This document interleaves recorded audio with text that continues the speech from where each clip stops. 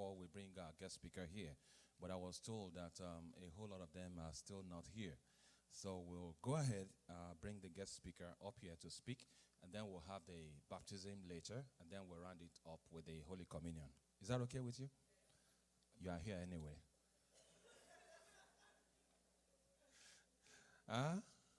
Well, thank you very much for coming. And for obvious reasons, so we have a guest minister in the house this evening, in person of Matt Bird. He's an international speaker, he's an author, a broadcaster about how biblical principle can build life-transforming relationship in family, business, and community. He's spoken in more than 30 countries, and he's also an author of an award-winning book. He writes in the Times newspaper and hosts a TV show on TBN Europe. He's a founder of the Cinnamon Network International, which helps local churches build stronger relationships with their communities to bring about transformation. He's also a founder of Relationology International, which helps businesses drive growth through the power of building effective client relationship. He currently resides in Wimbledon, United Kingdom. And I forgot to tell you, Matt, before we come downstairs, before coming down here, the fact that you live at Wimbledon simply means if any of our members are in UK for the Wimbledon tournament, so you've got to guarantee that you provide a ticket, the accommodation, and the feeding. Is that a deal? Please join me in welcoming Matt Bird, even as he comes up here.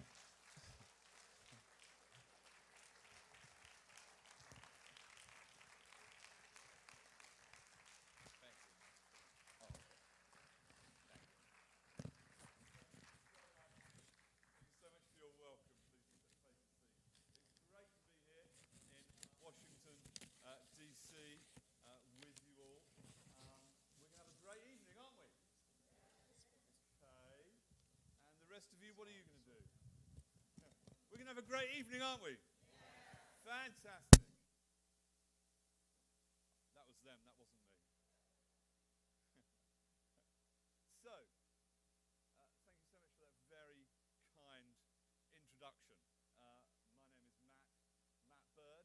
I am passionate about Jesus, and I'm passionate about relationships. I live in a little place called Wimbledon, the home of tennis, I like to think, and I live there with my wife Esther and our 3 children. Reuben, who's about 7 years old, Matilda's 10, and Joseph is 12. And I believe that the Bible is a book of relationships, not a book to tell us what to do and what not to do. And sometimes we confuse in our minds what Christianity is and what Christianity isn't. What the Bible reveals to us is that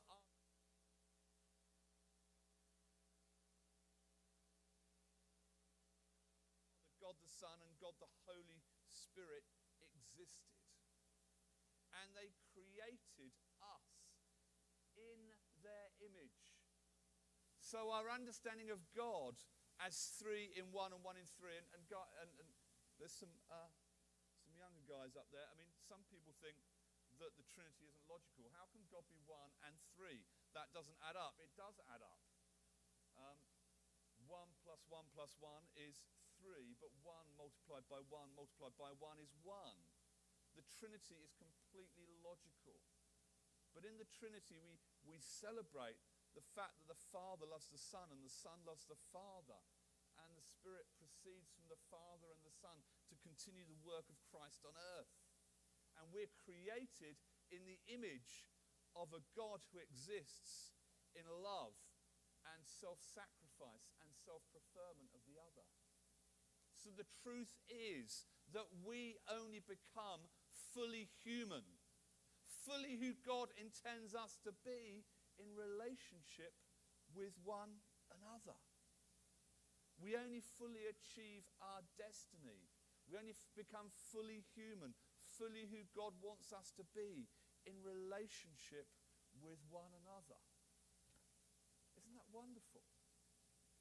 So as I read through the Bible, I don't read a list of do's and don'ts.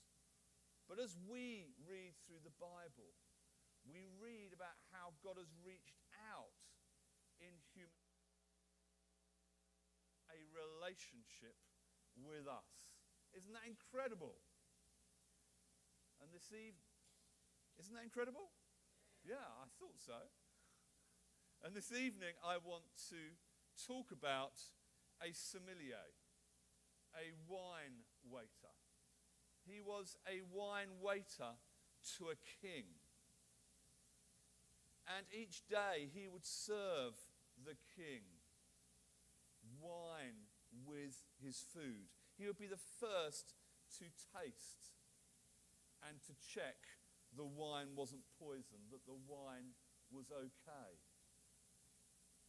And one day, some friends were passing through the city. And the sommelier sat with them and asked, how was their hometown of Jerusalem? And they reported that the walls had been destroyed, that the gates had been burnt. And the sommelier was distraught. He was disturbed. He went into a time of mourning and depression, that his home city was in such a state. And the next time he went to serve the king his wine, the king spotted there was something wrong. And he inquired of the sommelier. And of course, you now know who I'm talking about. This is Nehemiah. So the king asked me, why does your face look so sad when you are not ill? This can be nothing but sadness of heart. I was very much afraid. But I said to the king, may the king live forever. Why should my face look sad when the city where my ancestors are buried lies in ruins and its gates have been destroyed by fire? The king said to me, what is it you want? What is it you want? Then I prayed to the God of heaven, and I answered the king. If it pleases the king, and if your servant has found favor in his sight, let him send me to the city of Judah, where my ancestors are buried, so that I can rebuild it. Then the king, with the queen sitting beside him, asked me, how long will your journey take, and when will you get back? It pleased the king to send me, so I set a time. I also said to him, if it pleases the king, may I have letters to the governors of Trans-Euphrates, so that they will provide me safe conduct until I arrive in Judah.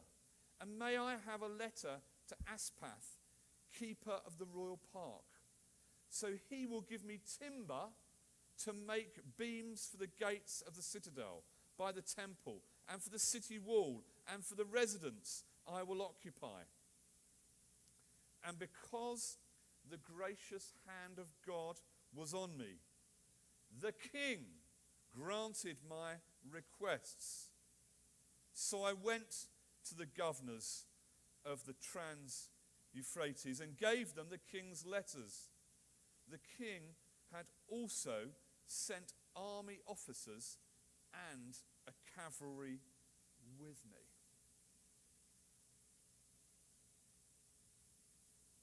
The story of Nehemiah, the sommelier, the cupbearer to the king, teaches us what I call the principle of people unlike you.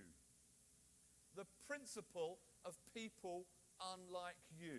The principle of people unlike you explains that if we only build relationships with people like us, we will only have access to the ideas, opportunities, and resources that people like us have. However, if we can build relationships with people unlike us, we have access to the ideas, opportunities, and resources that people unlike us have. Who here is passionate about their personal development? Anybody? Who here is passionate about bettering their family? Who here is passionate about furthering their career? Who here is passionate about pursuing that which God has put on your hearts? We must pursue the principle of people unlike us. You see, Nehemiah, he was, in fact, a mere servant. He trembled, he was afraid when the king asked him, "What is it you want from me?" And yet Nehemiah had managed to build, a mere servant, build a relationship of trust with the king. He had built a relationship of trust with somebody unlike him. And so when the king asked him, "What is it you want from me?"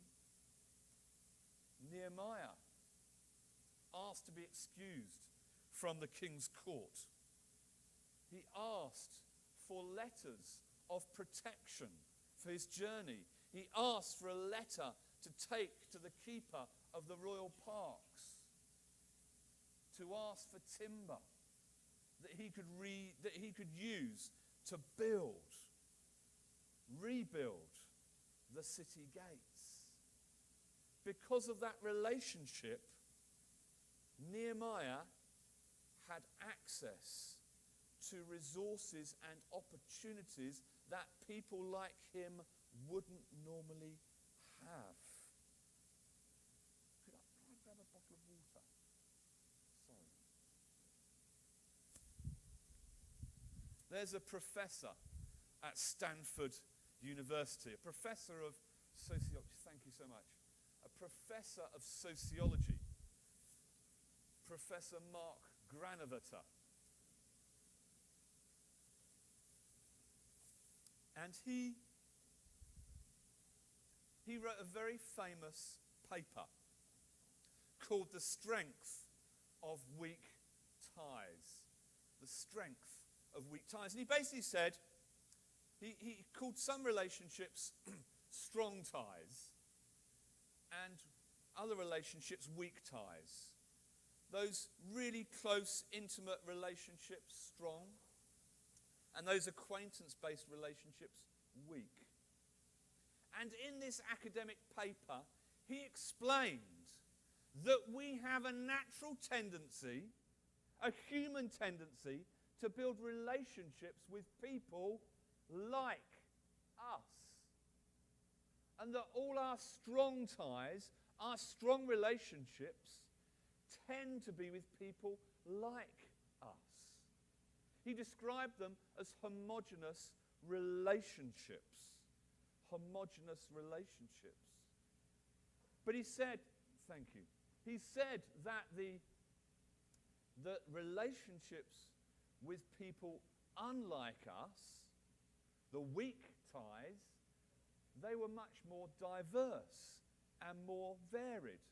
So strong ties, strong relationships, people like us, weak ties or more acquaintance-based relationships with people unlike us.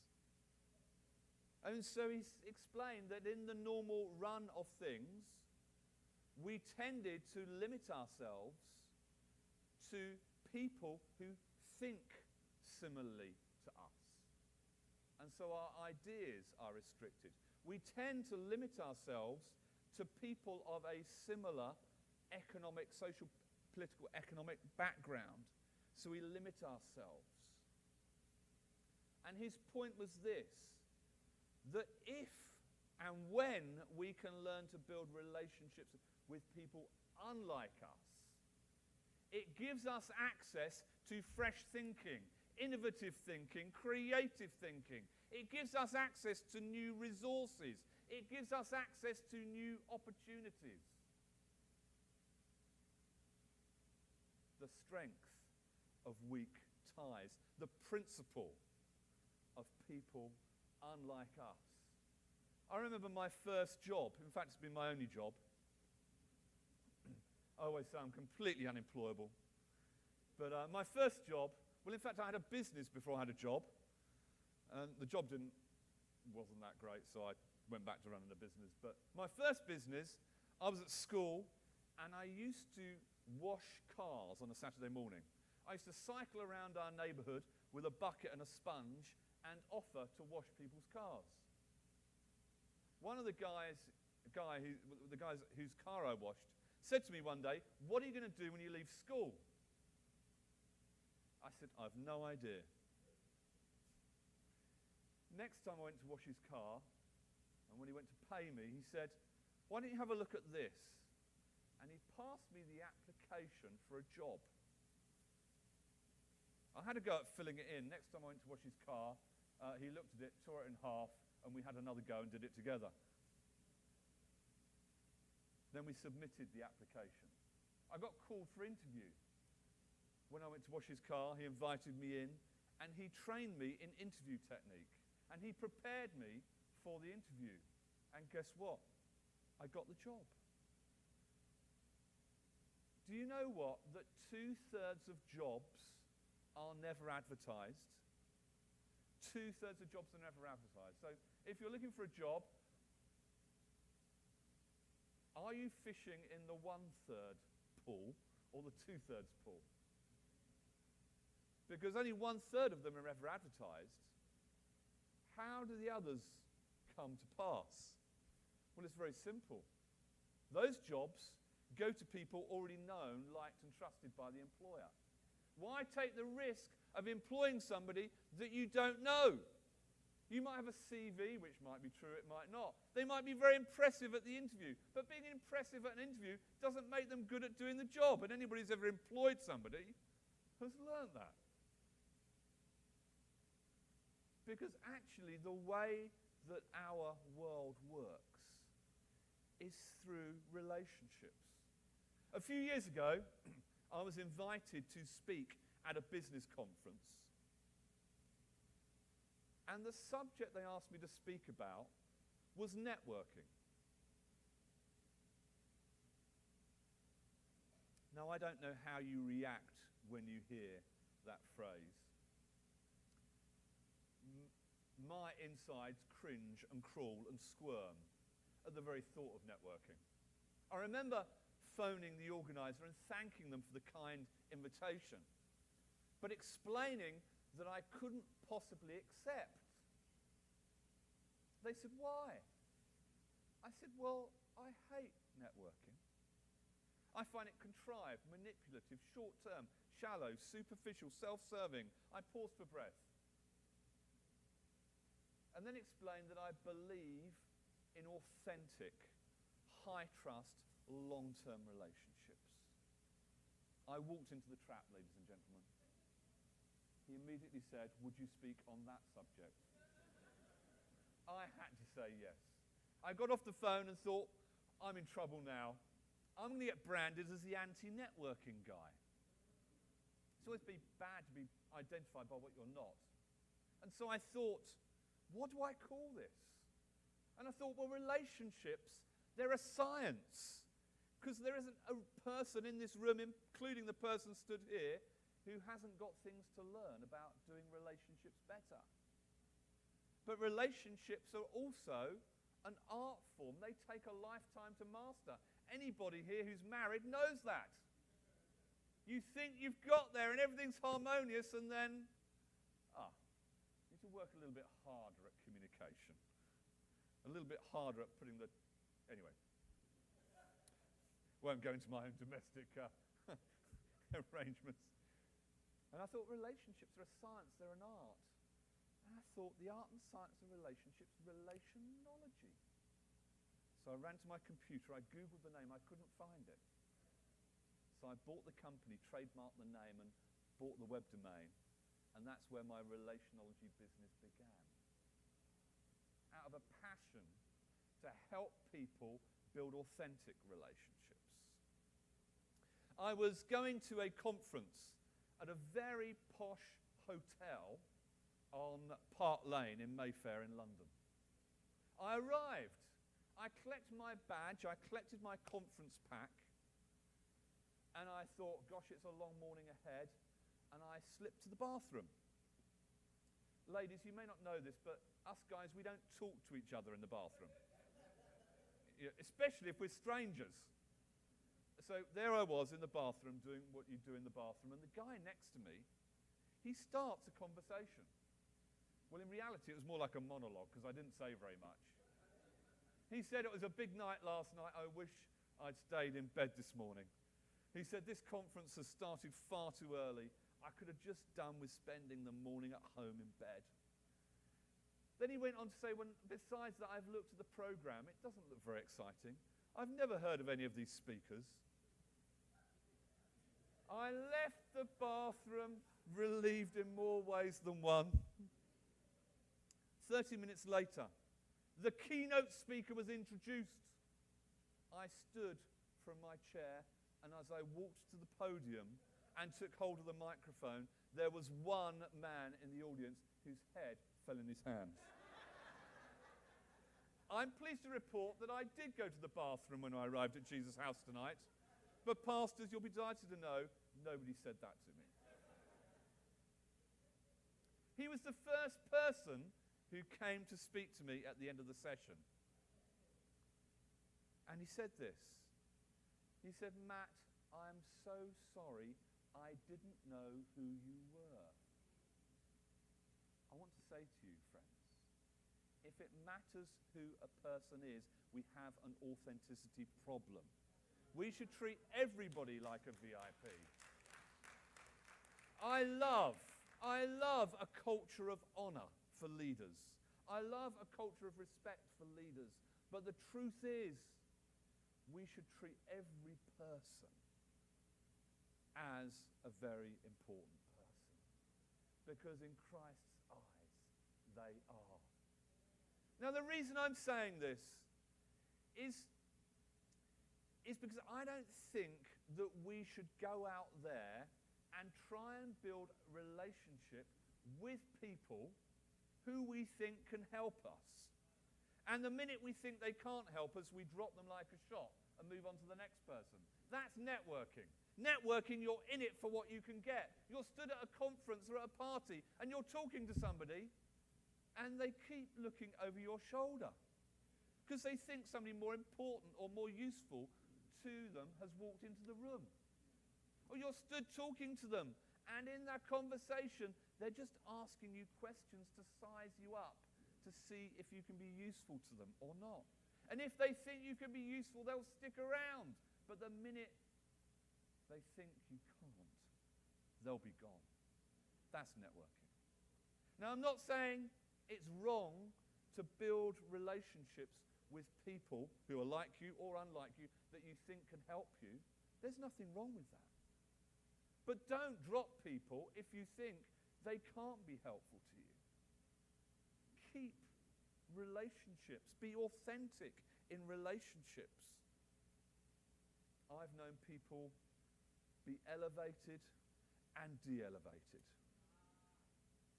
And sometimes, and in those situations, you know who your friends are. You know, when you're being elevated, you gather a lot of friends. But then suddenly, things don't turn out quite right, and your life takes a little journey on the downside. You find out who your friends are. Because most of those people were never your friends in the first place anyway. They were in it for what they could get from you. So my passion in relationology is to help people build authentic relationships. I'm delighted I've just secured the trademark for relationology in the United States. I'm passionate about helping businesses grow through the power of building authentic customer and client relationships, of building authentic relationships in their team. You see, because I believe the true currency of business isn't money, it's relationships. Because out of choice, people choose to do work with people they know, people they like, and people they trust. Not based on a bias that's about relationships alone. It's not about relationships regardless of competence. Competence is a kind of hygiene factor. It's kind of, it's important. But the value of trusting someone in addition is so commercially valuable. And you see, Nehemiah had established that kind of trust with the king. So when the king turned to him and said, "What is it you want from me?" he really meant it. He had served him faithfully. And Nehemiah didn't go into it thinking, "Oh, one day the king could be useful to me." He just served him. He served him and gave to him. And so when he was asked that question, he knew what to say. "Will you release me to go back to my home city? Will you write a letter for me of protection, a letter of provision?" Because the king had access to resources that Nehemiah could never have. But the king did. I was in New York City last week, and I was visiting a wealth management business. And I was meeting with the head of philanthropy. And I was talking to him about my not-for-profit organization. And I explained to him what we did and the impact it was making. And he turned to me and he said, "Matt, how much do you need?" He said, "Because I'm ready to pick up the phone, start asking people." Ladies and gentlemen, it was not a proud moment for me. I said, "I don't know." My friends, know what it is that you want. So that when somebody turns and asks you, "What is it that I can do for you?" you have an answer. And it may be they can't help, but know very clearly in your mind what it is that you want in life. Nehemiah's passion was to see Jerusalem rebuilt. He knew the resources that he needed, and he knew what to ask the king for when he was asked how he could be helped. I want to ask you, what is your passion? What is the thing deep within that you long to do more than anything else? What is the job you want? What is the business contract you want? What is the home you want? What is the family you want? What is the future you want? Know these things so that when you're asked, "What is it you want?" you can give a clear answer. I just want to say to you tonight, the principle of people unlike you explains that. If we only ever build relationship with people like us, we limit ourselves to the ideas, resources, and opportunities they have. But if, like Nehemiah, we can build relationship with people unlike us, we have access to the ideas, opportunities, and resources that people unlike us have. As I close this evening, I want to confess that I'm a selfish person. I think most of us probably are. And we're probably sitting there thinking, "Gosh, who is it that I know that's unlike me who might be able to help me out?" Anybody sat there thinking that? No. All of us. All of us. But what I'd like you to do is something quite different. You see, Because what I've discovered is that meaning in life isn't found by what you get, but meaning in life is found by what you give. And that we should give without counting, and that we should receive without forgetting. Jesus said, anybody who wants to be my disciple must deny themselves. They must pick up their cross every day and follow me. For whoever wants to save their own life will lose it. But whoever loses their life for my sake will find it. And I want to encourage you to do something sacrificial. I want to invite you not to look around this church this evening and say, who is here who could help me? I'd like you to do the total opposite. In a moment, I'd like you to look around this church and see the person who you could help. There's a person here who you could introduce to somebody else that could radically transform their future to help them achieve their passion. I was with a friend yesterday, and sorry to come back to wine. Obviously, it's non-alcoholic wine. We went out for dinner last night with a C-suite executive of a wine business in North America. Last year, they sold £2.5 billion worth of wine. Incredible.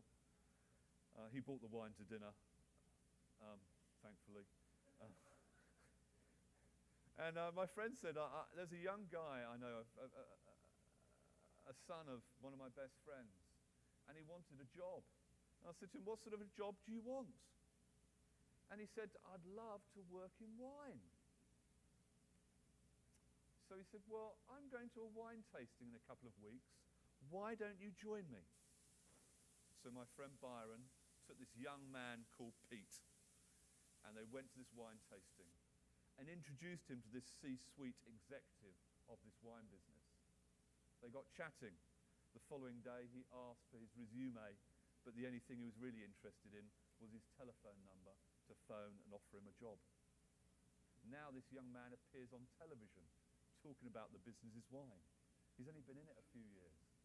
But this is the power of building relationships or having relationships with people unlike us, and people who will introduce and refer and recommend, because they will provide us with access to ideas, resources, and opportunities we might never otherwise have.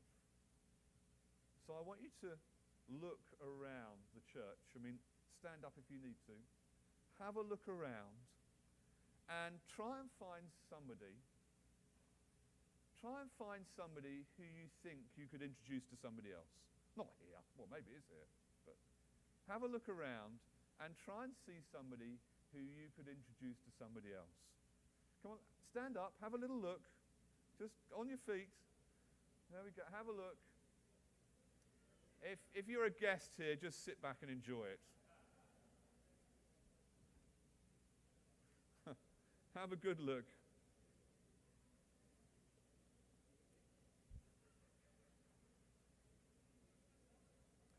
Because I'd like to pray.